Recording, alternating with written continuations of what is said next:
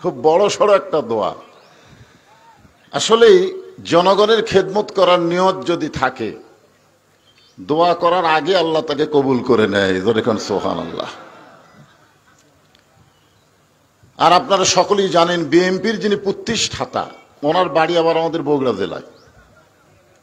শহীদ president Ziaur Rahman, উনি 4.5 বছর বাংলাদেশের প্রেসিডেন্ট ছিলেন।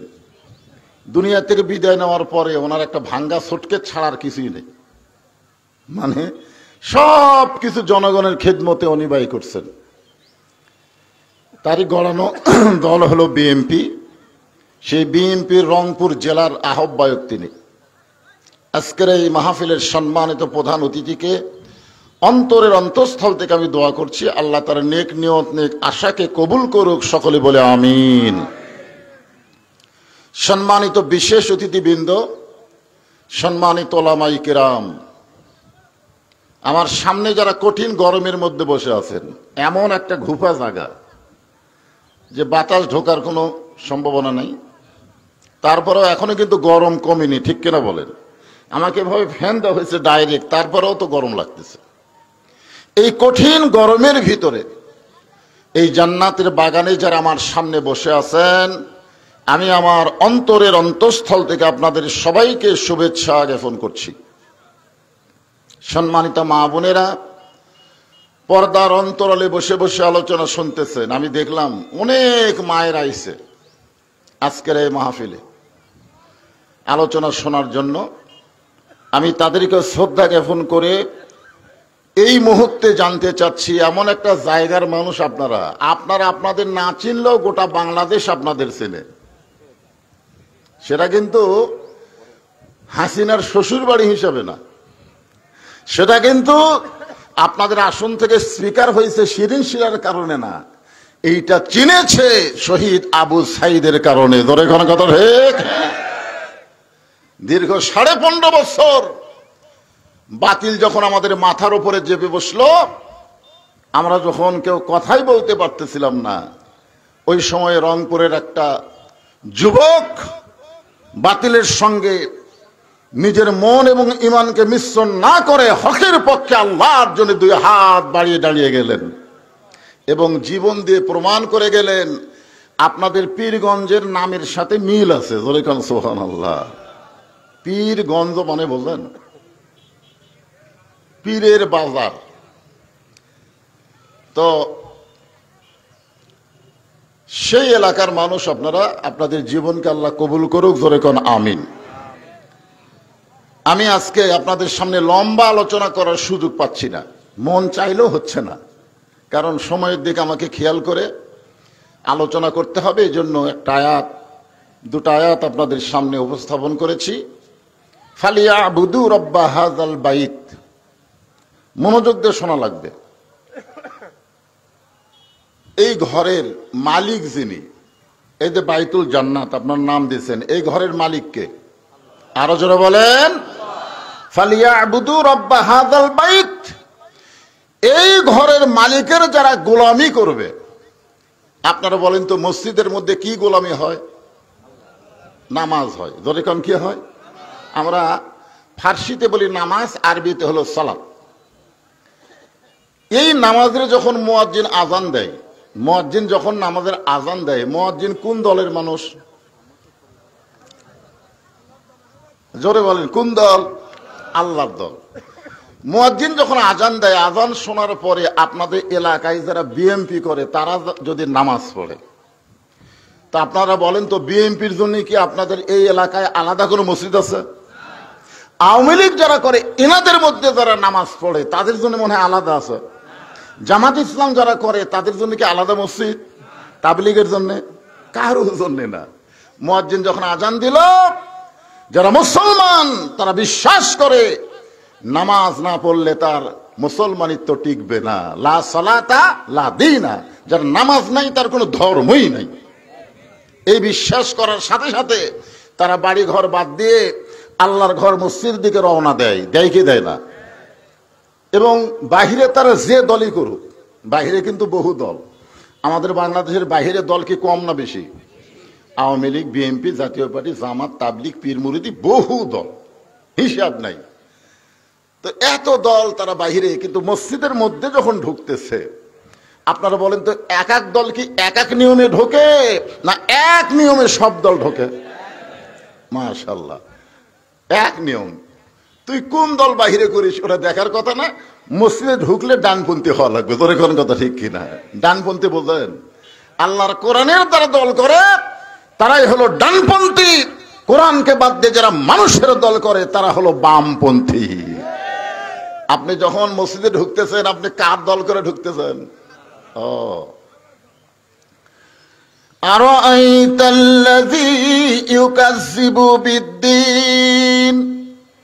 ধর্মের নামে কারা মিথ্যাবাদী? এই সূরা মাউনের মধ্যেও কিছু আলোচনা হয়েছে। যাই হোক, আমি যেটা বলতেছি ইশারা দিলে আপনারা বুঝতে পারবেন। এখন বলেন এক এক দলের কি এক এক দোয়া না সব দলের এক দোয়া? কি দোয়া বলেন আপনারা? আল্লাহুম্মা ইফতাহলি আবওয়াবা রাহমাতিক। এই যে ঘর দিয়ে আমি মসজিদের মধ্যে ঢুকতেছি এই ঘর হলো রহমতের দরজা। জোরে কোন সুবহানাল্লাহ। ঢোকার পরে আওয়ামী লীগ সামনে কাতার, বিএনপি দ্বিতীয় কাতার, জাতীয় পার্টি তৃতীয় কাতার, আর জামাত ইসলাম চতুর্থ কাতার। এইরকম কাতার হয়েছে নাকি? হয়েছে? আমি নিজের চোখে দেখছি। ডান পাশে আওয়ামী লীগ, বাম পাশে বিএনপি, মাঝখানে জামাত।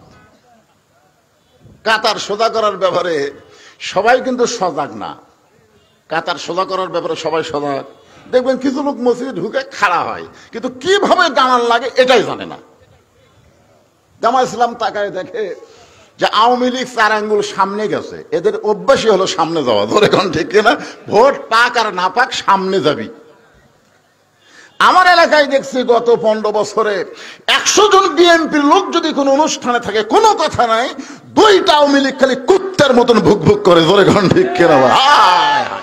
এর কেদা মশান হচ্ছিল ভাই। চিন্তা করে দেখেন, সামনে গেছে 4 আঙ্গুল, আর বিএনপি চিন্তা করতেছে যে হারে আমাদের উপর নির্যাতন চলতেছে, এই চিন্তায় কাতার ছাড়া 4 আঙ্গুল পিছনে দাঁড়াচ্ছে।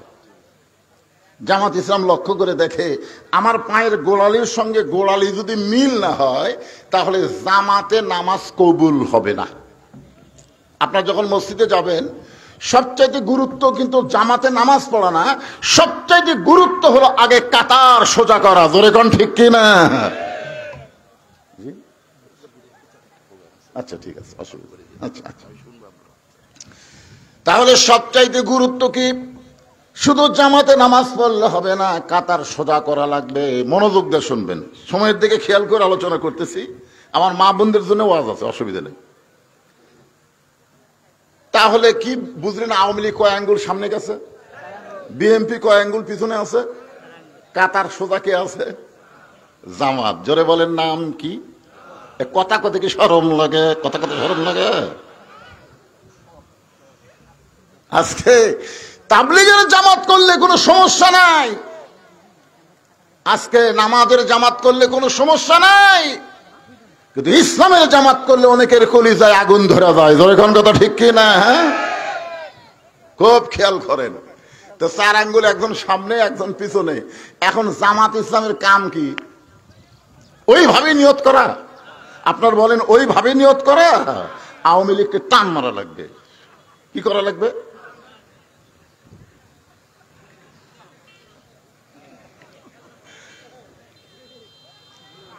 আজকে বাংলাদেশে ইসলামী দল যারা করে তারা মানুষকে সামনে পিছনে রাখে না, তারা সমস্ত মানুষকে এক কাতারবদ্ধ করতে চায়। জোরে বলেন কথা ঠিক কিনা? সবাইকে এক কাতার। কাতার সোজা করো। কাতার সোজা করলো। এখন যদি আওয়ামী লীগ ঘুতা মারে, আমাকে চিনিস? আমি সরকারি দল, আমার দল ক্ষমতায় আছে। আপনারা বলেন তো, আমার দল ক্ষমতায় আছে এই কথা বলা সোয়াব না পাপ? কেন পাপ? কারণ সূরা মুলকের মধ্যে আল্লাহ বলেছেন ওহু আলা কুল্লি শাইইন কদির, সমস্ত বিষয়ের উপর একমাত্র ক্ষমতাকার আরো জোরে বলেন। আপনার বলেন তো তাহলে আল্লাহ ক্ষমতায় আছে না দল ক্ষমতায় আছে? এতদিন যারা বলেছে আমার দল ক্ষমতায় আছে, বুঝবেন ওই বেটা মুশরিক হয়ে গেছে, ক্ষমতার ব্যাপারে সে শিরক করেছে। জোরে কোন কথা ঠিক? ক্ষমতার একমাত্র মালিককে, আর কয় আমার দল ক্ষমতায়। তো তোর দল ক্ষমতায় 5 তারিখে পলালো কেন? এত ক্ষমতা পলালি কেন? তার মানে বোঝা গেল কোন দলের ক্ষমতা নাই, কোন মানুষের ক্ষমতা নাই, সমস্ত ক্ষমতার মালিককে। আরো জোরে বলেন আল্লাহ। আল্লাহ পবিত্র কোরআনে বলেন, তাবারাকাল্লাযী বিয়াদিহিল মুলকু ওয়া হুয়া আলা কুল্লি শাইইন কাদির। সমস্ত ক্ষমতার মালিক হলেন আল্লাহ। তা আমার দল ক্ষমতায় আছে এই কথা যারা বলে ভালো করছে, যেরকম ভালো করছে। অনেকেই গল্প করতেছে, হ্যাঁ আওয়ামী লীগ ক্ষমতায় ছিল, গল্প করতেছে আওয়ামী লীগ ক্ষমতায় ছিল, সামনে যে কে ক্ষমতা পায় এই কথা বলাও শিরক। আওয়ামী লীগ ক্ষমতায় ছিল, সামনে যে কে ক্ষমতা পায়, তাহলে আল্লাহর ক্ষমতা গেল কোথায়? ক্ষমতার মালিককে। কিন্তু আমরা রহ রহ শিরক করি। আওয়ামী লীগ ক্ষমতাতে আসলো পরে, ভোট পাক আর না পাক ক্ষমতাতে আসলো পরে। এখন আবার বলতেছে সামনে ক্ষমতায় কে যাবি? সাইড থেকে একজন বলতেছে বিএনপি যাবি। আওয়ামী লীগ যদি ভোটে না দাঁড়ায়, কার ছবি তো আর বাংলাদেশে হবে না, বিএনপি সামনে যাবি। সাইড থেকে আর একজন বলতেছে কে রে ভাই, কি বুঝতেছেন না? একজনকে সরে আর একজন সিয়ারত বসালে আমাকে লাভটা কি? বহু দেখা শেষ, আমরা আগামীতে দেখবো আল্লাহর কোরআনের বাংলাদেশ। জোরে ঘন কথা দেখিয়ে দেয়, বহু দেখা শেষ। আমাকে দেখা কি আর বাদ আছে নাকি?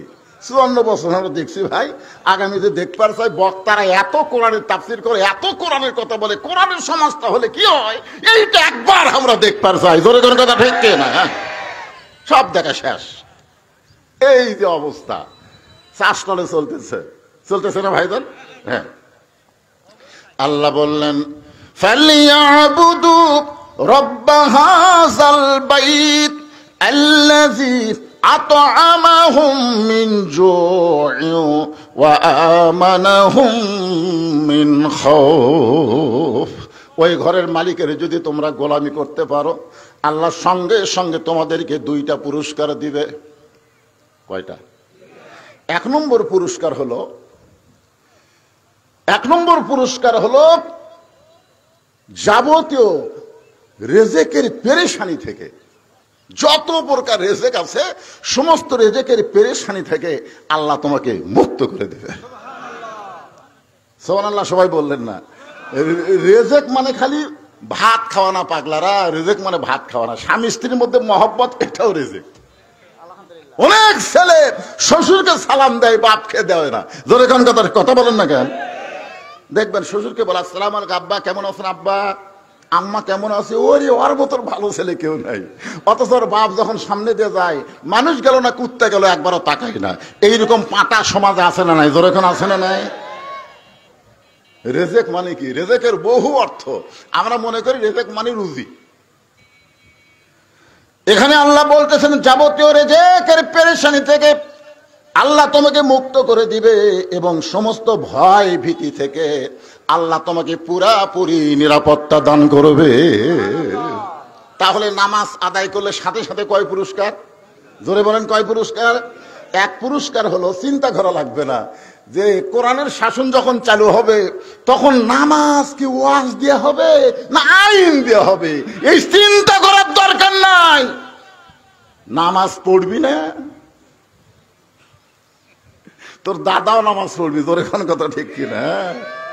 কি মনে করতেছেন যে হুজুর এখানে ওয়াজ দিয়ে 13 বছর নবী মক্কায় ওয়াজ করছে, কাম হয়নি? 320 জন সাহাবী, কয়শো? 13 বছরের কামাই হলো 320 জন। তার মধ্যে 17 জনক ওরা পিটাই মারছে, আবু সাইদের মতন গুলি করে পিটা 17 জনক মারছে। 303 জন সাহাবী, 13 বছরে নবীর কামাই। নবী বলল, আল্লাহ এইভাবে কলেমার দাওয়াত দিব আর ঈমান গ্রহণ করবে, আর কাফেররা এই হারে যদি মারে তাহলে তো আমার। আল্লাহ বলেন, হাবিব কোনো টেনশন করেন না, জায়গা মতো মার দেওয়ারও ব্যবস্থা হবে। জোরে কোন কথা ঠিক কিনা? কোন জায়গা বলে মদ খায় না, আপনাকে হিজরত করা লাগবে মদিনা। এতদিন কলেমার দাওয়াত দিয়েছেন, আবু জেহেল হলো নেতা আর আপনি হলেন ইমাম, যার কারণে কাম হচ্ছে না। কারণ একজন হবে নেতা আর একজন হবে ইমাম, সেই সমাজে নামাজ কায়েম হবে না। জোরে কোন কথা ঠিক? হ্যাঁ, তা আপনি ভালো মানুষ হচ্ছেন মসজিদের ইমাম, নেতা আবু জেহেল। জোরে কোন নেতাকে? আপনাকেই নেতা হওয়া লাগবে, খালি ইমামতি করলে হবে না, আপনাকেও নেতা হওয়া লাগবে। সেই পরিবেশ মক্কায় হবে না, হিজরত করা লাগবে মদিনা। কোথায় হিজরত করা লাগবে? দিনের বেলা না রাত্রে বেলা? সকলের সামনে না গোপনে? কথা কন না কেন? হ্যাঁ গোপনে। দেখেন ইসলাম এত সহজ না ভাইজান। 15 বছর পর্যন্ত আওয়ামী লীগের ভিতরে, ছাত্রলীগের ভিতরে ছাত্র শিবিরের সভাপতি বসবাস করছে। তোরে কোন কথা ঠিক কিনা? ঢাকা ভার্সিটির শিবিরের সভাপতি। যেদিন প্রকাশ হয়ে গেল আওয়ামী লীগ, কই কে এই নামাকের মধ্যে ছিল, বুঝলেন? বুঝতেছেন? বোঝা লাগবে, খুবই কঠিন জিনিস। গভীর রাত্রে আল্লাহ নবী মক্কা থেকে মদিনায় হিজরত করলেন। মদিনায় আসার পরে আবু জেহেলার নেতা না, নবী হলেন নেতা, নবী হলেন ইমাম। মানুষের আইন না, চলবে আল্লাহর কোরআন। আল্লাযীনা হুম ইম্মাক্কান্নাহুম ফিল আরদ, আল্লাযীনা হুম ইম্মাক্কান্নাহুম ফিল, আয়াতটা আমার না না, আল্লাযীনা, হ্যাঁ ঠিক আছে, আল্লাযীনা ইম্মাক্কান্নাহুম ফিল আরদ আকামুস সালাত। আমি যে আয়াত এখানে বলবো চাচ্ছি সেটাই, যে 41 নম্বর হজের, সূরা হজের 41 নম্বর আয়াতে আল্লাহ বলতেছেন, যখন মুসলমানের মধ্যে কাউকে এমপি বানানো হবে, প্রধানমন্ত্রী বানানো হবে, ক্ষমতার চেয়ার দেওয়া হবে, আসলে ক্ষমতার মালিককে আল্লাহ, কিন্তু কাউকে যখন দেওয়া হবে তার 1 নম্বর দায়িত্ব হলো পর্দা সেতু নির্মাণ করা, নাকি মডেল মসজিদ নির্মাণ করা, মডেল মসজিদ, বাইতুল জান্নাত নির্মাণ করা 1 নম্বর দায়িত্ব। আমাদের বাংলাদেশে মসজিদের সংখ্যা কম নাই, অনেক মসজিদ, অনেক মসজিদ। খালি মসজিদের উন্নয়ন করলে হবে না, মসজিদের উন্নয়নে 1 তলা 2 তলা 3 তলা করে কোনো লাভ নাই যদি এলাকায় মুসল্লি না হয়। জোরে কোন ঠিক কিনা? আর এই মুসল্লি বাড়ানোর দায়িত্ব হুজুরের না, হুজুরের না। আল্লাহ বলতেছেন ক্ষমতার চেয়ার যখন পাবে তার 1 নম্বর দায়িত্ব হলো আকামুস সালাত, নামাজ কায়েম করা লাগবে। নামাজ কায়েম যখন হয়ে যাবে, সমাজের মধ্যে যুবকদের বলা লাগবে না তোমরা 4G মোবাইল, এই যে মোবাইল নিয়ে যুবকেরা ঘুরতেছে, এই মোবাইলকে তোমরা কি করো, হেফাজত করো, এটা বলা লাগবে না। কারণ আল্লাহ কোরআনে বলেছেন, ইন্নাস সালাতা তানহা আনিল ফাহশাই ওয়াল মুনকার, একমাত্র নামাজই পারে মানুষকে যাবতীয় ফাহিশা কাজ থেকে হেফাজত করতে। অশ্লীল এবং ফাহিশা কাজ মোবাইলের মাধ্যমে হয় কি হয় না? কথা কয় না? এই আরে আমরা বুড়া মানুষ, আমাকে কোনো দাম নাই তো। এক বুড়া কাঁদতেছে আর বলতেছে, আল্লাহ আমি আর জীবনে কোনোদিন ঘুষ খাবো না। মানে আগে ঘুষের চাকরি যখন করছে তখন এই দোয়া করেনি, যখন চাকরি শেষ হয়ে গেছে তখন দোয়া করতেছে, আল্লাহ আমি আর ঘুষ খাবো না, আল্লাহ আমি আর ঘুষ খাবো না। আল্লাহ কইতে যতই কান্দে তোর দোয়া কবুল হবে না, কারণ তোর তো চাকরি নাই, খাবি কোত্থেকে? যখন ঘুষ খাওয়ার চাকরি আছিল তখন তো তুই এই দোয়া করিসনি। কি কন? অনেক বুড়া মানুষ ভাঙ্গাচুরা বলতেছে, আল্লাহ আমি বহু চুরি করছি, আল্লাহ আর জীবনে চুরি করবো না। আল্লাহকে সুযোগ দিলেও তো তুই পারবো না, তোকে লাঠি ধরে হাঁটা লাগতেছে, তুই চুরি করবি কেমনে? তা আমাদের যারা, তাদের কথা আমি বাদ দিলাম, এই যুবকেরা সবচাইতে অশ্লীল কাজ করতেছে, ফাহিশা কাজ করতেছে মোবাইলের মাধ্যমে। জোরে কান কথা ঠিক? আমরা বহু চেষ্টা করতেছি। ও যুবকেরা, জানলা দরজা বন্ধ করে তুমি অশ্লীল ভিডিও দেখতেছো, তুমি মনে করতেছো তোমার বাপ মা দেখতেছে না, তোমার বাপ মা না দেখতে পারে, কেউ না দেখলেও সেখানে আল্লাহ দেখতেছে। জোরে কোন কথা ঠিক কি না? কেউ না দেখলেও আল্লাহ দেখতেছে, এটা বেনামাজের ইমানে কোনোদিন আসবে না। এটা কেবলমাত্র যারা নামাজ পড়বে তাদের ইমানেই এই তাকওয়া জন্ম হবে। জোরে কোন ঠিক কিনা ভাই জান? এই জন্য 1 নম্বর আইন হলো আকামুস সালাত, নামাজ কায়েম করো। নামাজ যখন কায়েম হবে তখন মসজিদের উন্নয়নের জন্য বাহিরের লোকের কোনো টাকার দরকার হবে না। ওই গ্রামের যারা মুসল্লি তারা সবাই সুন্দর করে আল্লাহর ঘর গড়াইয়া দিবে। আপনার বলেন তো, আপনি 3 তলা 4 তলা বিল্ডিং করতেছেন, বাড়ি করতেছেন, এই বাড়ি করার জন্য আপনি কোনোদিন বাইরে টাকা আদায় করছেন? যে ভাই আমি 3 তলা বাড়ি করতেছি রে, 2 বস্তা সিমেন্ট লাগবে ভাই। জনগণ লাঠি বাড়ি করে বাড়ি বানাচ্ছে, আবার ভিক্ষা করতেছ।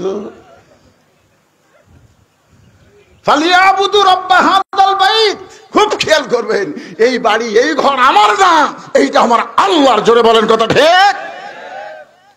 আল্লাহ যদি কয় কেরে বান্দা তুই দুনিয়াতে থাকতে পারবি না, অস্থায়ী, তুই অস্থায়ী একটা বাসিন্দা হইয়া 3 তলা বিল্ডিং করলি, 1 টাকাও ভিক্ষা করা লাগলো না, আর আমার ঘর বানাতে গিয়ে এত ভিক্ষা করলি কেন? এত ভিক্ষা করলি কেন? আমার রাসূল বলেছে যে একটা মসজিদ বানায় দেয় আল্লাহ, তার জন্য জান্নাত একটা ঘর বানায় দেয়। এতগুলো দামি কথা শোনার পরেও তোর পকেটে টাকা থাকার পরে তুই গামছার টাকা দিলি না কেন? এ তো মুখে রাখতে ঘুরলো না? আছে না নাই? পকেটে টাকা আছে, 500 টাকা, 200 টাকা, 100 টাকা, 10 টাকা নাই, 10 টাকা নাই, ওই আর গামছার দিকে তাকাইনি। 10 টাকা নাই, তুই ফেরত যা। আর পকেটে 500 আছে, 200 আছে, 100 আছে। ওই 200, 100, 500 দাম বুঝেছে, কিন্তু আল্লাহর ঘরে দান করার দাম বোঝে নাই। ধরে কোন কথা শিক্ষিত ভাই যান? হ্যাঁ, খুব মনে করবেন, যখন নামাজ কায়েম হয়ে যাবে এই বিশ্বাসগুলো আপনাদের কলিজার মধ্যে আল্লাহ এমনি এমনি তৈরি করে দিবে, এবং রেজেকের যাবতীয় পেরেশানি থেকে আল্লাহ আপনাকে মুক্ত করে দিবে। রেজেকের মালিককে আরো জোরসে বলেন। আপনি যখন নামাজি হবেন, আপনার ছেলেও নামাজি হবে, আপনার মেয়েটাও নামাজি হবে। আপনারা বলেন তো, 5 ওয়াক্ত নামাজ পড়নেওয়ালা কোন মেয়ে কি বেপরদা হয়? যে মেয়ে 5 ওয়াক্ত নামাজ পড়ে সে মেয়ে কোনোদিন বেপরদা হয়ে রাস্তা ঘুরবে না, কোনোদিনও ঘুরবে না। যারা ঘুরতেছে এরা নামাজ পড়ে না। জোরে কোন কি করে কথা কয় না কেন? নামাজ পড়ে না। মেয়েরা যখন 5 ওয়াক্ত নামাজ পড়বে, নামাজ পড়বার গেলেই পর্দা কেমন করা লাগে নামাজই তাকে শিক্ষা দিবে। নামাজ পড়ার সময় কেউ যদি ওন্না মাথাত না দিয়ে নামাজ পড়ে, নামাজ হবে? খালি ওন্না দিলে হবে? এ হাতের এই পর্যন্ত ঢেকে নামাজ পড়া লাগবে, গোপন জায়গায় নামাজ পড়া লাগবে, কেউ যেন দেখতে না পায়। তাহলে চিন্তা করেন, একটা নারী নামাজ পড়তে গেলে যেই পর্দাটা গ্রহণ করে, এই পর্দা গ্রহণ করে যদি রাস্তায় আসে, একটা পুরুষ মানুষ দেখতে চাইলো নারীদের দেখতে পারবে না। ধরে কোন কথা ঠিক কিনা? কারণ আমার মা বোনেরা, পর্দার অন্তরে বসে যারা আওয়াজ শুনতেছেন, আপনাদের 1 নম্বর আমল হলো পর্দা। নামাজ যখন কায়েম হয়ে যাবে, এই বাংলাদেশে পর্দার আইনটাও আল্লাহ কোরআনে বললেন, অকরনা ফি বুয়ুতিকুন্না ওয়ালা তাবাররাজনা তাবাররুজাল জাহিলিয়াতিল উলা। রে মেয়েরা, তোমরা ঘরের ভিতরে থাকো। হুকুম কার? যখন কোরআন দিয়ে রাষ্ট্র চলবে, এটা কি খালি কোরআনের মধ্যে থাকবে না সমাজের মধ্যে চালু হবে? কথা বলেন। আজকে ওয়াজ করতেছি, মা ও মা পর্দা করো মা, কত করে মেয়ে মানুষ মুচকি মুচকি হাসে। আমি আমার স্বামীর কথাই শুনি না, আর তুই বক্তার কথা আমি শুনবো? আমি এক জায়গায় টাঙ্গাইলে বলেছিলাম, মেয়ে মানুষরা জোরে কথা বললে ওই কথা পরপুরুষ শুনলে কবিরা গুনাহ হয়। মেয়ে মানুষ যদি জোরে কথা বলে ওই কথা পরপুরুষ শুনলে কি গুনাহ হয়? কবিরা গুনাহ হয়। তখন মেয়ে একটা স্লিপ দিয়ে বলতে, হুজুর মেয়েদের জোরে কথা বললে যদি কবিরা গুনাহ হয় পরপুরুষ শুনলে, তাহলে প্রধানমন্ত্রী যখন জাতির উদ্দেশ্যে ভাষণ দেয় এইটা শোনা কি? আমি চিন্তা করে দেখলাম, প্রধানমন্ত্রী তো মেয়ে মানুষ, আমি যে কথা কইছি এখন তো ধরা খাওয়ার কথা। তোর এখন ঠিক কিনা? আমি যদি বলি প্রধানমন্ত্রী ভাষণ শোনা জায়েজ নাই, আপনারা বলেন আমাকে বাড়িতে আসে দে, থানা তুলে যাবি। মেয়ে মানুষ নেত্রী বানে আবার মোশন মারতেছেন। এই জন্য মরদ গুলাকে বলবো, হালাকাতের রাজুল হিনা আতাতেন নেশা মুত্তাফাকুন আলাইহি। পুরুষ মানুষ তখনই ধ্বংস হয়ে যাবে যখন নারীদেরকে তাদের নেত্রী বানাবে। কোন দলের নেতা নেত্রী নারী আপনার একটু হিসাব করবেন। ঠিক কথা কন্যাকের কথা কন্যাকের কথা কন্যাকের মরদ মানুষ। আর রিজালু কাওয়ামুন আলা নিসা, আল্লাহ কোরআনে বলেছে পুরুষরা নারীদের উপরে থাকবে। ধরে কারণ কোথায় থাকবে? নারীদের উপরে থাকবে। আমার মা বোনের যারা পর্দার অন্তর আছেন শোনেন, আল্লাহ নবী ফাতেমার ঘরের মধ্যে গিয়া মুসকি মুসকি হাসতেছে। ফাতেমা চমকে গিয়ে বলে, বাবা আপনি হঠাৎ ঘরের মধ্যে ঢুকে এরকম হাসতেছেন, কারণ কি? রাসূল বলে, ফাতেমা আল্লাহ পাক আমারে জানাইছে আল্লাহ তোমাকে জান্নাতি নারীদের নেত্রী কবুল করেছে। কি জান্নাতি নারীদের নেত্রী? আপনার কি জুম্মার দিনে প্রত্যেক জুমা, এখানে জুমার ইমাম সাহেব নাই? এখানে আছে মাশাআল্লাহ। উনি কিন্তু খুতবার মধ্যে বলেন সাইয়্যিদাতুন নিসায়ে আহলিল জান্নাহ। শোনেন না আপনারা? শোনেন না? সাইয়্যিদাতুন নিসায়ে আহলিল জান্নাহ ফাতেমাতুজ জোহরা রাদিয়াল্লাহু তাআলা আনহা। আপনারা বলেন তো, উনি তো আরবিতে বলে, আর বাংলা কি? এর বাংলা হলো জান্নাতি নারীদের নেত্রী যিনি হবেন, বাংলাদেশের প্রধানমন্ত্রী না, বাংলাদেশের নেত্রী না, জান্নাতি নারীদের মধ্যে যিনি নেত্রী হবেন তার নাম হলো ফাতেমা। জোরে বলেন, তার নাম কি? আমার মায়েরা যারা আইছে তাদের জন্য 4টা লাইন ওয়াজ করতেছি, অধৈর্য হলে চলবে না। মা যদি ভালো হয় তাহলে সন্তান ভালো পাওয়া যাবে। মা যদি ভালো হয় তার সন্তান ইসলামী আন্দোলনের কর্মী হবে। জোরে কান ঠিক কিনা ভাই? মা যদি ভালো হয় তার সন্তান আল্লাহর ওলি হবে। আর মা যদি খারাপ হয় তার পেটের সন্তান কোনোদিন ভালো হতে পারে না। ইয়াকুব নবী নির্জনে বসে আল্লাহর কাছে কাঁদতেছে আর বলতেছে, আল্লাহ আমাকে তুমি 12টা সন্তান দিলে, আমি নবী হয়ে জন্ম দিলাম, কিন্তু 10টা সন্তান এত খারাপ আর 2টা এত ভালো কেন? নবী হয়ে আল্লাহর কাছে বলতেছে, আল্লাহ আমি জন্ম দিলাম কয় সন্তান? 12 সন্তান, তার মধ্যে 10টা এত খারাপ আর এই 2টা এত ভালো কেন? আল্লাহ কয়, ইয়াকুব তোমার বউ কয়টা? কয় 2টা। তো যে বউয়ের পেট থেকে 2 সন্তান ভালো, ওই বউটা তোমার ভালো, যার কারণে বনিয়ামিনের ইউসুফ ভালো হয়েছে। আর যে 10টা ইউসুফের বাগে খাওয়ার কথা বলে তোমার কাছে রক্তমাখা জামা হাজির করেছে, এদের মা ভালো না, মাও ভালো না। এই জন্য যে মায়েরা পর্দার অন্তরে বসে আছে এদের ভালো হওয়ার দরকার আছে না নাই? ওরা ভালো, ভবিষ্যৎ জেনারেশন ভালো। আমি দেখছি আমার পড়শি এক মেয়ে পেটের বিশেষ যন্ত্রণায় মরে যাচ্ছে, প্রসব বেদনার। স্বামী বলতেছে চলো তোমাকে হাসপাতালে নিয়ে সিজার করবো, কই মরে যাবো। কিন্তু কোন পুরুষ, কারণ মহিলা ডাক্তারের সাথে মরদ ডাক্তার আছে, আমার এই পেট কাটা দেখবি, আমি অন্য কাউরে আমার পেট দেখাবার পারবো না, মরে যাবো কিন্তু সিজার করবো না। ধৈর্য ধারণ করছে, একদিন পরেই নরমালে বাচ্চা হয়ে গেছে। সুবহানাল্লাহ না কেন? হ্যাঁ, আপনি বলেন যেই মা তার পেট একটা ডাক্তারকে দেখাবে না এই মনে করে ধৈর্য ধারণ করে কঠিন কষ্ট সহ্য করলো, তারপরে আল্লাহ নরমালে বাচ্চা দিল, এই বাচ্চা কোনোদিন খারাপ হতে পারে না। ধরে কোন ঠিক? হ্যাঁ। আর পেটের বিষ না উঠলেই সিজারত নাম লেখা হয়। ওরে বাবা রে, 5 জন ডাক্তার মিলে একজনের পেট কাটতেছে, লাইয়ে সাইডে। কথা কর না কেন? এখন আর ভিতর থেকে যে মালটা বাড়াবে ই খুব ভালো হবে।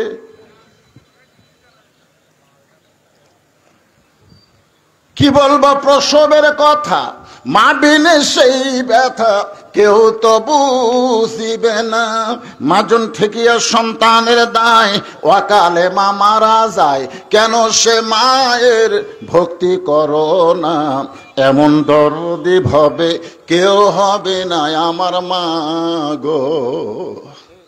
সঙ্গে সঙ্গে ফাতেমা বলে, বাবা সমস্ত জান্নাতের নেত্রী আল্লাহ আমাকে ঘোষণা করেছে, এই ঘোষণা করার পিছনে আমার আমল কি? আল্লাহ যে আমাকে জান্নাতি নারীদের নেত্রী ঘোষণা করেছে, এই ঘোষণা করার পিছনে আমার আমল কি? কারণ আপনি বলেছেন ফাতেমা তুই নবীর মেয়ে হলেই তুই জান্নাতে হবি, এইটা কখনো মনে করিস না। তোর বাবা আল্লাহ নবী বলে তুই জান্নাতে যাবি, এইটা কখনো মনে করবি না। জান্নাতে যদি যাবার চাও তাহলে জান্নাতের আমল করে জান্নাতে যেতে হবে। আমি জান্নাতি নারীদের নেত্রী, আপনি আমারে কইছেন জান্নাতে যাবার গেলে আপনার মেয়ে হিসাবে আল্লাহ আমাকে জান্নাত দিবে না। আমি আল্লাহ বলতে পারবো না যে আমি বিশ্বনবীর মেয়ে আমাকে জান্নাত দেন? আল্লাহকে না, তোমার বাবা বিশ্বনবী হলেই তুমি জান্নাতে যাবার পারবা না। জান্নাতে যাইতে গেলে তোমাকে আমল করা লাগবে। ধরে কোন কি কথা কোন দেখেন কি করা লাগবে? তা আপনি ঘোষণা করতেছেন আল্লাহ আমাকে জান্নাতি নারীদের নেত্রী বানাচ্ছে, তো এই নেত্রী হওয়ার পিছনে আমল কি? সঙ্গে সঙ্গে আল্লাহ নবী বলেন ফাতেমা এই জান্নাতি নারীদের নেত্রী হওয়ার পিছনে তোমার আমল অনেকগুলো আছে, তার মধ্যে 1 নম্বর আমল হলো পর্দা। 1 নম্বর আমল কি? আরো জোরে। বর্তমানে আপনাদের এই বড় কিপুর মসজিদপুর মা বোনদের পর্দা কেমন? মাথা লড়ালে হবে না। আপনি স্বামী হিসাবে পারতেছেন না, কিন্তু কোরআন দিয়ে যখন বাংলাদেশ চালু হবে আপনার বউকে পর্দা করাই লাগবে। আপনি পারতেছেন না, আপনি পারবেন না তো, কেন অধিকাংশ বউ স্বামীর কথা শুনে না। কথা কন না কেন? আরে আমার দাও তাই খেলা আপনাকে গুলে না।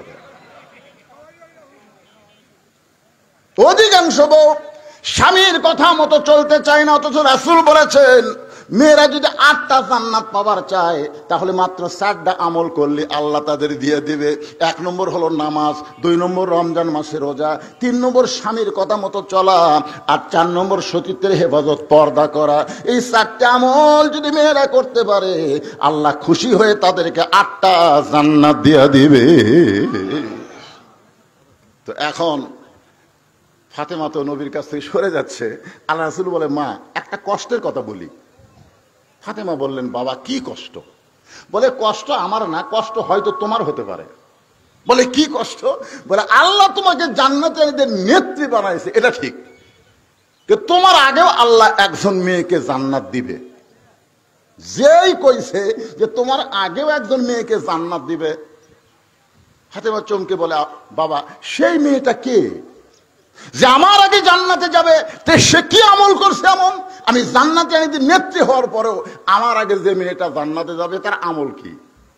আল্লাহ রাসূল বললেন ওই মেয়েটার আমল আমি ঠিক মতো বলতে পারবো না, কিন্তু তোমার আগে জান্নাতে যাবে এইটা বলতে পারি, কারণ আল্লাহ পাক আমারে জানাইছে। ওই মেয়েটার নাম হলো জামিলা। মেয়েটার নাম কি? আরো জোরে কন। আমার মায়েদের জন্য ওয়াজটা করতেছি, মা মনোযোগ দিয়ে শোনেন। ওই মেয়েটার স্বামী হলো একজন কাঠুরিয়া। কাঠুরিয়ার বিবি জামিলাকে আল্লাহ তোমার আগে জান্নাত দিবে, কারণ জামিলা দুনিয়ার সবচাইতে তার স্বামীকে বেশি গুরুত্ব দিয়েছে।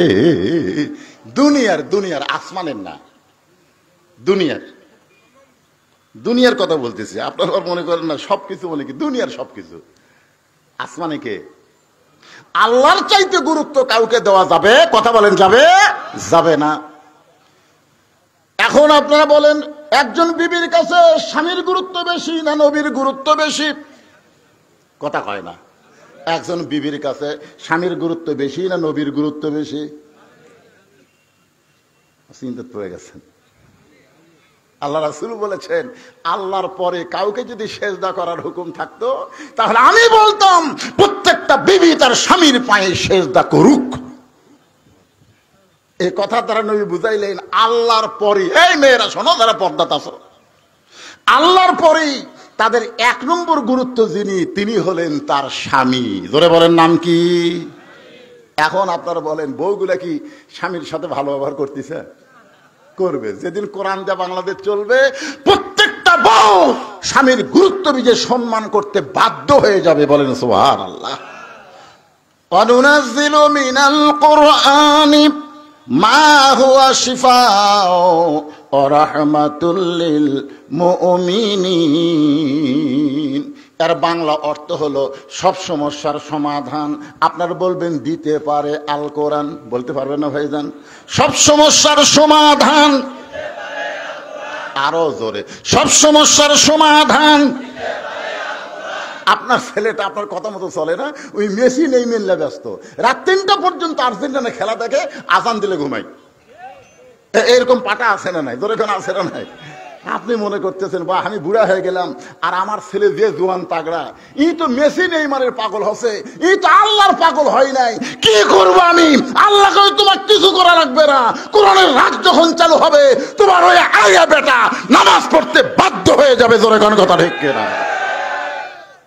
চিন্তা করতেছো আমার মেয়ে তো পরিমণি হয়ে গেছে, বেপরদা হয়ে খালি রাস্তা হাঁটে, ছেলেদের সাথে মিস কল মারে। আমি কি করব? আল্লাহকে কিছু করা লাগবে না, খালি কোরআনের সমাজ প্রতিষ্ঠার আন্দোলন করো, তোমার মেয়েরে আল্লাহর কোরআন পর্দার মধ্যে যেতে বাধ্য করে দিবে। জোরে কোন কথা ঠিক কিনা? অসহায় যারা, তারা মনে করতেছে আমরা কি করব। আপনি জানেন এ কোরআন দিয়ে যখন রাষ্ট্র চলবে, 2 নম্বর হলো আতাউ যাকাত। জাকাত ভিত্তিক অর্থনীতি চালু হবে। কোন গরিব মানুষ ধনীর বাড়ি যাওয়া লাগবে না, বরং প্রত্যেকটা ধনীরাই গরিবের দরজায় দরজায় ঘুরবে। ধরে কোন কথা ঠিক কিনা? এখন ভোট চাওয়ার জন্য ঘুরতেছে। ভোট 5 বছর পর পর দেখবেন না কতগুলা নেতা ময়না পাখি হয়ে আসে, মাথার টুপি দিয়ে এমন বয়ান মারবি ভাই, ইসলামকে ষড়যন্ত্র করতেছে। বুঝাবার যাচ্ছে যে আমাদের মতন কিছু হুজুরা এসে একটা দলের কাম করতেছে। আমরা সেই দলের কাম অতীতেও করেছি, ভবিষ্যতেও করব, যে দল আল্লাহর কোরআন দিয়ে রাষ্ট্র চালাবার চাই। ধরে করে কথা ঠিক কিনা? তুমি কি মনে করছো কোরআনের মাহফিলে এসে আমরা রবীন্দ্রসঙ্গীত গাবো? এইটা মনে করা ভুল। এটা মনে করা কি, কথা বলেন না কেন? এটা মনে করা ভুল। ভাইজান যে কথা বলতেছে একটু খেয়াল করে শোনেন। ধনীরা ঘুরবে গরিবদের দরজায়, গরিবরা দরজা বন্ধ করে দিবে, কারণ ধনীরা এসে গরিবের দরজায়, গরিব দরজা বন্ধ করে দিছে। এক ধনী বলতে, ভাইজান আজকে 7টা দিন হলে জাকাতের 1 ব্যাগ টাকা নিয়ে ঘুরতেছি, এখন পর্যন্ত গরিব দরজা খুললো না। তুমি একটু দরজা খোলো ভাই, 1 ব্যাগ টাকা দিয়ে আমি আল্লাহর রাস্তায় একটু মুক্ত হবার চাই। সুবহানাল্লাহ কবেন না? 1 ব্যাগ টাকা নিয়ে দরজা কান দিচ্ছে। গরিব বলতেছে ইয়া কানা বুধু বা ইয়া কানাস্তাইন। আপনারা বলেন তো এটা কোথায় শিখছে? না না, সূরা ফাতিহা কোন জায়গায় পড়া লাগে? লা সালাতা ইল্লা বি ফাতিহাতিল কিতাব। নামাজই হবে না যদি সূরা ফাতিহা না হয়। জোরে করে কতক্ষণ না কেন?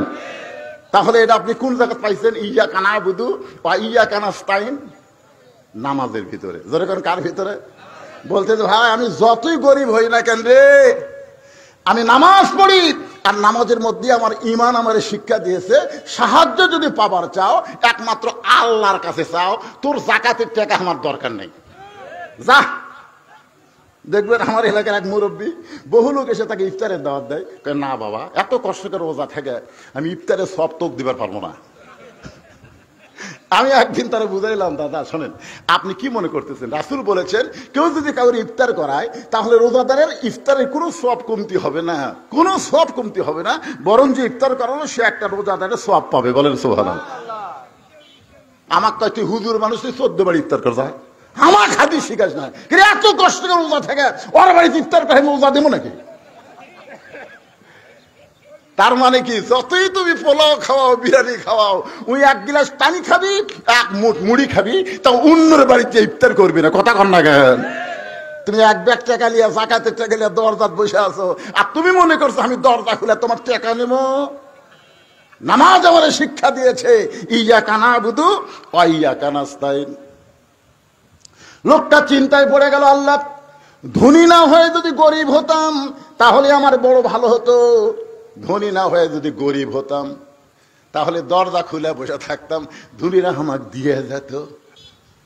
কি কষ্ট রে, 7 দিন ওরা ঘুরতেছি, একটা লোক টাকা নেয় না।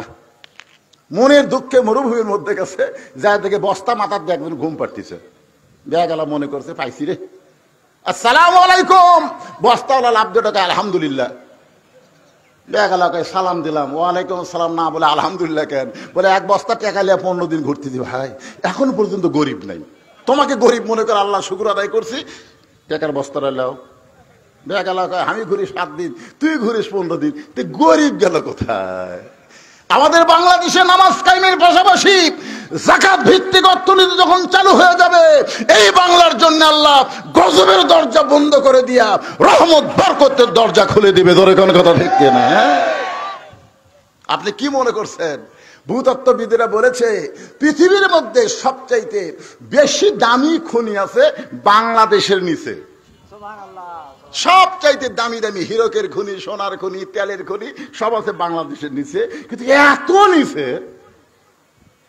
নিচে যে ওইটা তুলবার গেলে তোলার খরচই পাওয়ার চাইতে বেশি।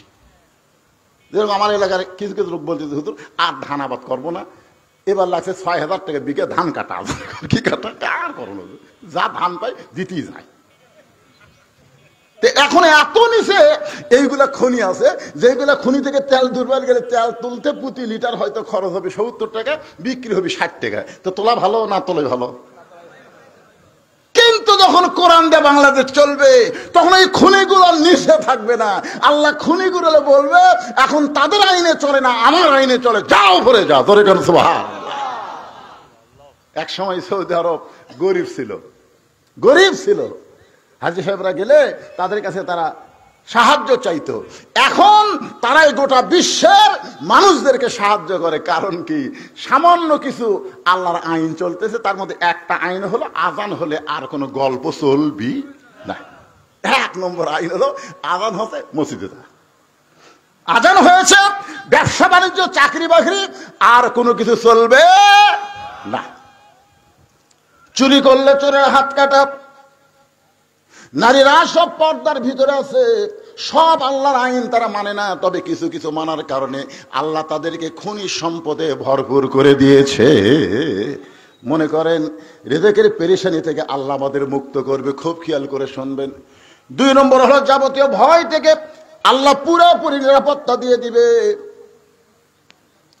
আমি কিছু কথা বলতেছি শোনেন। এই যে ওইদিকে একটা মাইক শোনা যাচ্ছে, আজান হচ্ছে। আপনাকে এই মসজিদের আজান আজকে এখন দেওয়া যাবে না। মুয়াজ্জিনকে আমি বলতেছি আজান 15 মিনিট পরে দিলে কি নামাজ হবে না? হবে কি হবে না আপনারা বলেন? যারা আমরা নামাজ পড়ি তাদের কাছে কোনো ফতোয়া নাই, কিন্তু যারা পড়ে না রাস্তা ঘুরতেছে, ওরা বলবি চারিদিকে আজান হচ্ছে আর হুজুর ওয়াজ করতেছে। 10 জন লোকের জামাত আর 500 জন লোকের জামাত সওয়াব কি সমান? এতদিন 10 জন লোক আসরের নামাজ পড়ছেন, আর আজকে 500 জনের একটা বিশাল জামাত হবে। সওয়াব তো 50 গুণ 100 গুণ আল্লাহ বেশি দিবে। আর বেশি সওয়াব পাওয়া এবং কিছু আলোচনা শোনার নিয়তে আমরা যদি 10-15 মিনিট পরে নামাজ আদায় করে, অসুবিধা আছে ভাই? চারিদিকে না তাকাতাকি করে একটু মনোযোগ দিয়ে কথাগুলো শুনবেন। ফালিয়াবুদু রব্ব হাযাল বাইত আল্লাযী আত'আমাহুম মিন জু'ইন ওয়া আমানাহুম মিন খাউফ। ফাতেমা চুপি জামিলার বাড়ির দরজায় কোন আমলের কারণে আমার আগে জান্নাতে যাবে? চুপি ফাতেমা কাঠুরের বউ জামিলার ঘরের দরজায় ডাক দেয়া বলে, জামিলা আমি নবীর মেয়ে ফাতেমা, আমার জন্য কি তোমার দরজা খোলা যাবে না? জামিলা ছোট বাচ্চার মতন কাঁদতেছে। ফাতেমা বলে কান্দো কেন? বলে কান্দার কারণ হলো আমার সারা জীবনের সাধনা আমি নবীর মেয়ে ফাতেমাকে এক নজর দেখবার চাই। ফাতেমা বলতেছে তাহলে দরজা খুললেই তো আমার সঙ্গে তোমার দেখা হবে, এখানে কান্নার কি দরকার? জামিলা বলতেছে আমি দরজা কেমনে খুলবো, কারণ স্বামী আমার কাঠ নিয়ে গেছে বাজারে। এই মুহূর্তে আমার স্বামী বাড়িতে নাই, আর স্বামীর হুকুম ছাড়া আমি জামিলা ফাতেমার জন্য দরজা খুলতে বড় ভয় পায়। ফাতেমা কয় আল্লাহ রে, স্বামীর হুকুম ছাড়া ফাতেমার জন্য দরজা খুলতে ভয় পায়। এর কথা হলো 1 নম্বর নারীদের পর্দা, আর 2 নম্বর হলো স্বামীদের কথা মতো চলা। ধরে কোন ঠিক? হ্যাঁ, আমার মায়েদের জন্য বললাম মা। এখন চলে আসি মূল আলোচনায়। এই যে নামাজের কথা বলতেছে, আমি আল্লাহর ঘরের কথা দেওয়া শুরু করলাম। এই ঘরটা হলো কার? আরো জোরে। সবার মনে হয় বিশ্বাস নাই, এ ঘর কার? আর এই জায়গা মসজিদ যে হারে জোরে করছেন, এই জায়গা আল্লাহর সে হারে জোরে করে জায়গা আল্লাহ বাদী হবে। দেখাচ্ছেন না? আমার কথা দিয়ে খেয়াল করে, আপনি কি দেখাচ্ছেন না? দেখাচ্ছেন। ওই যে হুজুর দেখতেছেন, ওই যে পুকুর, ওই জমি, এগুলো আমার। এই সাইডে যা দেখতেছেন এগুলো আমার বাপ চাচার, এই সাইডে যা দেখতেছেন আমার ভাই করে। ওই এলাকার মধ্যে পা দেওয়ার জায়গা কেউ নেই। তো সবই যদি তোমাকে হয় আল্লাহর, তো চলেন দেখাচ্ছি, চলেন। মসজিদের সামনে গিয়ে বলতে হুজুর এখানেও আল্লাহর কিছু ছিল না, আমার চাচা 10 শতক আল্লাহ দান করছে, আর আমরা টাকা পয়সা দিয়ে আল্লাহ ঘর বানিয়ে দিছি। ফেরেশতারা কয় আল্লাহ এখানেও তোমার কিছু ছিল না, আর চাচা তোমার 10 শতক দান করছে, আর এরা টাকা দিয়ে ঘর বানাছে। এই দেশের নাম কি? আল্লাহ কয় ওই দেশের নামই হলো বাংলাদেশ। ওই দেশে মসজিদ আছে কিন্তু নামাজ নাই। ধরে কোন কি নাই? আপনারা বলেন তো, আমরা কি মসজিদে নামাজ পড়ি না? যখন পড়ি কি পড়ি না? তারপরেও বলতেছে মসজিদ আছে নামাজ নাই। হাদিস আছে বিস্তারিত, হুজুরি কলব ব্যতীত করছেন কালো নামাজ তোর হবে না। তবে কেন গাও জুয়ারি, মানুষকে দেখাও নামাজ পড়ি, ও তোমার সিদ্ধ বীজে সুফসল ফলে না।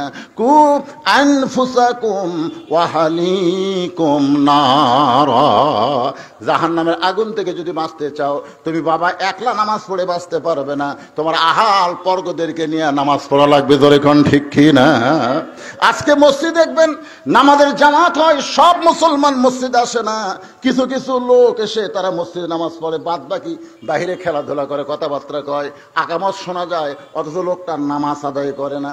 এই জন্য ভাইজান আমাদের ওয়াজ দিয়া নামাজের গুরুত্ব বুঝান যাবে, নামাজের সওয়াব বুঝান যাবে, কিন্তু নামাজ কায়েম করতে গেলে আল্লাহর কোরআনের সমাজে লাগবে।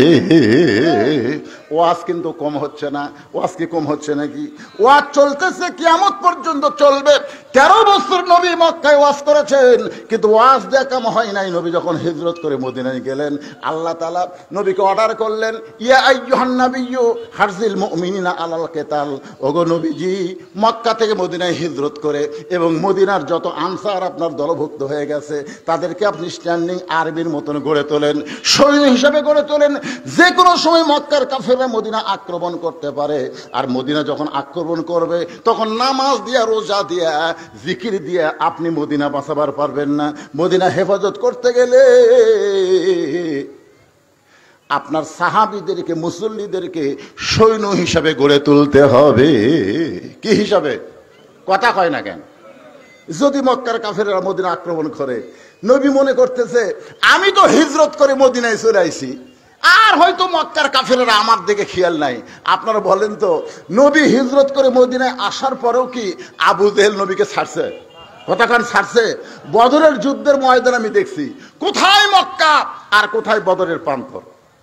নবী তো মক্কার কাফেরদেরকে মারতে যায়নি, বরং কাফেররাই নবীকে হত্যা করার জন্য মক্কার দিকে রওনা দিয়েছে। কথা বলেন ঠিক কিনা? হ্যাঁ, এখন কি করবেন?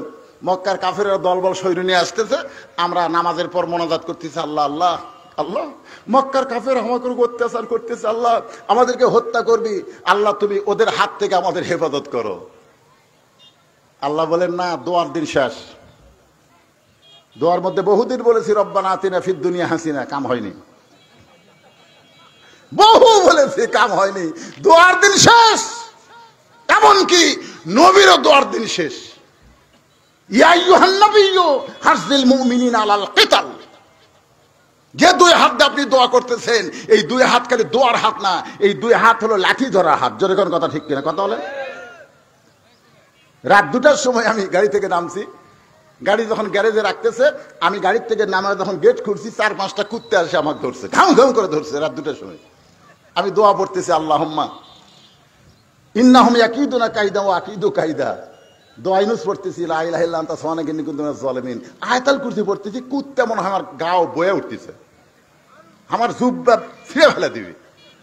আমি চিন্তা করলাম, কেরি দোয়া দিয়া কাজ হচ্ছে না, কুত্তা আরো কাছে আসতেছে, কি লাগবি? তখন আমার ইমান বলতেছে, তোর দোয়া লাগতো না, খালি একটা লাঠি যদি থাকতো, একটা লাঠি থাকলে কুত্তা তোর সাইডে আসতো। একটা দোয়াও লাগতো না, এক কুত্তার পাশায় একটা বাড়ি মারলে বাকি 4টা এমনি দৌড় দিত। তোর কোন কথা ঠিক না? আপনি কি মনে করতেছেন যে সবসময় দোয়া দিয়া কাম হবে? কতক্ষণ ভাই আপনি বাবা হয়ে দোয়া করতেছেন আল্লাহ আমার ছেলেকে নামাজি বানাও, আপনি দোয়া করতেছেন আমার ছেলেকে মেয়েকে ফাতেমা বানাও, দোয়া দিয়ে কাম হবে না। বহু দোয়া হয়েছে বাংলাদেশে, নবীকে আল্লাহ জানাই দিচ্ছেন যে আপনি এখন দোয়া করবেন আর মক্কার কাফেরা ফেরত যাবে তা না, যারা নামাজে আপনার সঙ্গে কাতারবদ্ধ হয় তাদেরকে সৈন্য হিসেবে গড়ে তোলেন, সৈন্য হিসেবে গড়ে তোলেন। কি হিসাবে? চলো যাই। 311 জন নিয়ে রাসূল আমার বদরের প্রান্তরে যাচ্ছে, ওরা আসতেছে বাড়ি ঢাক ঢোলক বহু কিছু নিয়ে আসতেছে, নবী হত্যা করবে, সাহাবীদেরকে শেষ করে দিবে। নবী জোগাড় করলেন 311 জন। ধরে কোন কয়জন? আসলে হয়েছিল কয়জন? 313। ধরে কোন কত? 313 জন। কিন্তু 11 জন নিয়ে নবী যখন রওনা দিলেন, এমন সময় দুইটা কিশোর বাচ্চা নবীর সামনে দাঁড়ায় বলে, রাসূলুল্লাহ আমরাও জিহাদের ময়দানে যাবার চাই। রাসূল বললেন, মন চাইলেও হবে না, জিহাদের ময়দানে যেতে গেলে বয়স হওয়া লাগবে, আবার মাপ থাকা লাগবে। জিহাদের ময়দানে মন চাইলেই হবে না, বয়স হওয়া লাগবে। তোমাকে দুজনের বয়স কত? একজন বলে আমার বয়স হচ্ছে 14, আর একজন আমার বয়স 11। 14-11 হয়? বলে হুজুর আপনি দুটা কথা বলছেন, একটা হলো বয়স, একটা হলো মাপ। দেখেন আমার বয়স কম, মাপ ঠিক আছে কিনা। রাসূল বলেন, বেলাল দেখে মাপের লাঠি নিয়ে আসো তো। মাপের লাঠি যে নিয়ে আইছে, হয় না তো, কিন্তু বুড়া আঙ্গুলে ভর দিছে, বুড়া আঙ্গুলে ভর দেয় লাঠির মাথা পর্যন্ত মাথা ঠেকাছে। আল্লাহ রাসূল বলতেছে, এই পাগলা কি করতেছিস তুই? মাথার সঙ্গে মাথা লাগালে হবে না, তোর পায়ের খবর কি? কিশোর বাচ্চা বলে, হুজুর ওরা ফানা এলাকা জিকরাক। জোরে বলুন সুবহানাল্লাহ। আপনাকে আল্লাহ সবার উপর সম্মান দিয়েছে, আপনি মাথার দিকে দেখবেন, পায়ের দিকে দেখেন কেন? আপনি দেখেন মাপে ঠিক আছে কিনা, খালি সেটা দেখেন। আল্লাহ রাসূলের চোখ দিয়ে আনন্দে পানি বের হয়ে গেছে। জিহাদের ময়দানে গেলে রক্তাক্ত হবে, জীবন যাবে। এরপরেও বলতেছে, রাসূলুল্লাহ আপনি মাথার দিকে তাকায় দেখেন মাপে ঠিক হয়েছে কিনা। রাসূল বললেন, সাহাবীরা আমি কি করব? সাহাবীরা বলে, হুজুর এর ঈমানের এত পাওয়ার, একে সৈন্য হিসাবে আপনি কবুল করে নেন। আচ্ছা ঠিক আছে, 312 জন। ও কয় কে ভাই, একসাথে দুই ভাই দৌড়াচ্ছি, তুই হলো আমার খবর কি? রাসূল বলতেছে, মাপে হওয়া লাগবে, মাপে আছিস? তখন হুজুর আপনি জানতেছেন না, এই লম্বা আছে কিন্তু শক্তি নাই, বিশ্বাস যদি না করেন আমাকে দুই ভাই লাগে দেন। আপনি কি খবর চাচ্ছেন? মাফেই যদি না হয়, দেহ শক্তি নাই, লাগে দিয়ে দেখেন। রাসূল কয়, ঠিক আছে তোমরা দুই ভাই কুস্তি করো। ছোট ভাই বড় ভাইয়ের কানত বলতেছে, মাপে কিন্তু হয়ে গেছে, তুই তলে পড়লো বাদ পড়বি না, কারণ হয়ে গেছিস তো। কিন্তু আমার খবর কি? একটু একটু দুর্বল হয়ে তুই নিচে পড়, আমি উপরে উঠে রাসূলকে দেখাই যে আমার শক্তি আছে। জি, একটু দুর্বল হয়ে নিচে পড়, আমি একটু নবীরে দেখাই তোর চাইতে আমার শক্তি বেশি। বড় ভাই বলতেছে, নবীর সামনে গোজা মিল দেওয়া যাবে, কিন্তু আল্লাহর সামনে কেমনে দিবি? তোরা আমার মুখ কানে কথা হয়, এর নাম হলো মোনাজাত। মুখ আর কান একত্রতার নাম কি? মোনাজাত। ছোট ভাই বলতেছে, ভাই যান আল্লাহ রাসূলকে ডান দিক থেকে যখন তীর মারবে, তুমি না হয় ডান দিকে দাঁড়াইলা, কাফের দিক তীর তোমার দেহের মধ্যে নিলা, কিন্তু বাম দিক থেকে যদি তরবারি মারে, তাহলে বলো বাম দিকে কে দাঁড়াবে? সামনের দিক থেকে যখন বর্ষা মারবে, তুমি না হয় ঢাল হয়ে সামনে দাঁড়াবা, পিছন দিক থেকে কেউ যদি তীর মারে, তাহলে বলো পিছন দিকে কে দাঁড়াবে? তুমি ডানে দাঁড়াবে ভাই, আমি বামে দাঁড়াতে চাই।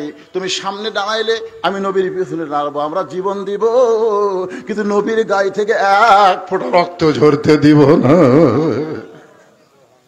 ভাই জিহাদের ময়দানে আমি না হয় মাপে হতে পারবো না, শক্তিতেও পারবো না, কিন্তু নবী যখন কেউ লক্ষ্য করে তীর মারবে, পাথর মারবে, আমি কি ঢাল হবার পারবো না? একটু দুর্বল হয়ে নিচে পড়ে যা। বড় ভাই দুর্বল হয়ে যখন নিচে পড়ে যায়, ছোট ভাই চিল্লায় বলে, রাসূলুল্লাহ তাকায় দেখেন আমার ভাই লম্বা হতে পারে, কিন্তু শক্তিতে আমার চাইতে কম। সঙ্গে সঙ্গে নবী বসে বললেন, আল্লাহ দুনিয়ার চাইতে আখিরাতকে প্রাধান্য দিয়ে নিজের জীবনকে যারা আল্লাহর রাস্তায় দিবার চায়, এই মুসলমানকে কেউ দমিয়ে রাখতে পারবে না। কিয়ামতের আগে হলেও মুসলমান গোটা পৃথিবী আবার ফিরে পাবে। সঠিক নেতার নেতৃত্ব, যে নেতার নাম হবে ইমাম মেহেদী আলাইহিস সালাম। জোরে কোন কথা ঠিক কিনা? আমাদেরকে চেষ্টা করতে হবে, আমরা চেষ্টা করব। 54 বছর আমরা দেখেছি ভাই, আগামীতে আমরা দেখতে চাই এই বাংলাদেশ যেন আল্লাহর কোরআনের বাংলাদেশ হয়ে যায়। শুধু দেখলে হবে না, এর পিছনে আমাদের চেষ্টার দরকার আছে না নাই? জোরে কোন আছে না নাই? এই চেষ্টা করতে গেলে অবশ্যই আপনাকে একটা দলের মধ্যে আসতে হবে, একটা নিয়মের মধ্যে আসতে হবে। আর সেই নিয়মটা হলো আল্লাহর ঘর মসজিদ। এই যে আল্লাহর ঘর মসজিদ, যে আয়াতে কারিমা নিয়ে আমি আপনাদের সামনে এতক্ষণ আলোচনা করতেছি, আয়াতটা আরেকবার বলি, ফালিয়াবুদু রাব্ব হাযাল বাইত আল্লাযী আত'আমাহুম মিন জু'ইন ওয়া আমানাহুম মিন খাউফ। আল্লাহু আকবার।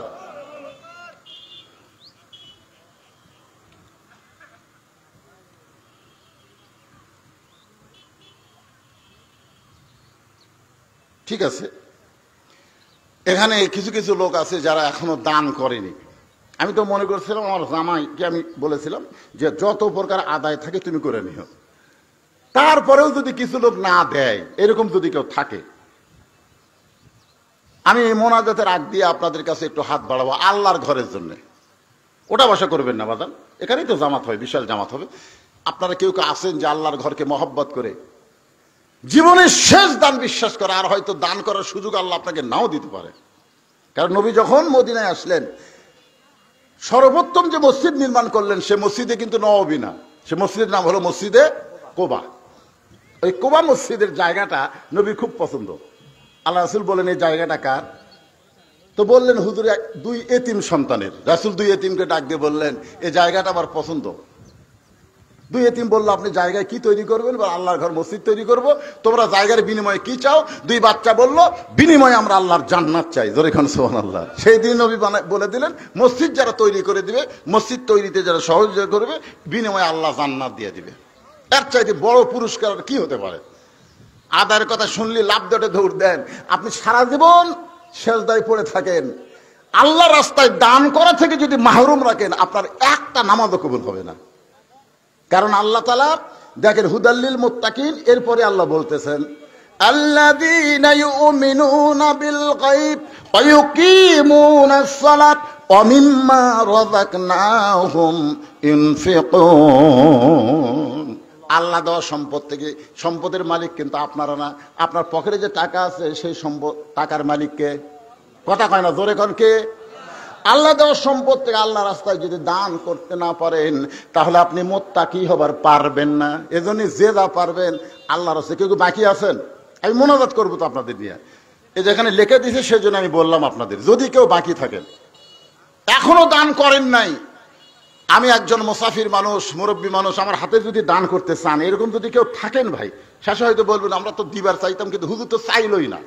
সেই কথাটাই আপনাদের সামনে উপস্থাপন করলাম। যদি কেউ এই ছেলে ওটা বসা করো কেন, আমি তো জানি কিসের মুরব্বী আর কিসের সোনামণি, ওগুলা কিছু না, এটা অভ্যাস। উঠাকুটি যাবে, নামাজ পড়ে যাচ্ছে, দেখতেছে যে কিছুক্ষণ পর তো বেকায়দা। কারণ কতগুলো মুসলমানের সবচাইতে বড় বেকায়দা হলো নামাজ। জোরে কোন কথা ঠিক কিনা? সব ভালো লাগে কিন্তু নামাজের কথা বললে আর মন খারাপ। তো এই জন্য অনেকে চিন্তা করতেছে কিছুক্ষণ পর তো নামাজ শুরু হবে। জি মুসলিম উদ্দিন, আল্লাহ তোমার একজন বান্দা তোমার ঘরের জন্য 500 টাকা দান করেছে, আল্লাহ তার দানকে কবুল করেন। জোরে কোন আমিন। এগুলা কি বাকি দিচ্ছে নাকি? বাকি আচ্ছা, বাকি আদায় হয়েছে, তাহলে আর খামাকে 2 বার করার দরকার আছে। ঠিক আছে।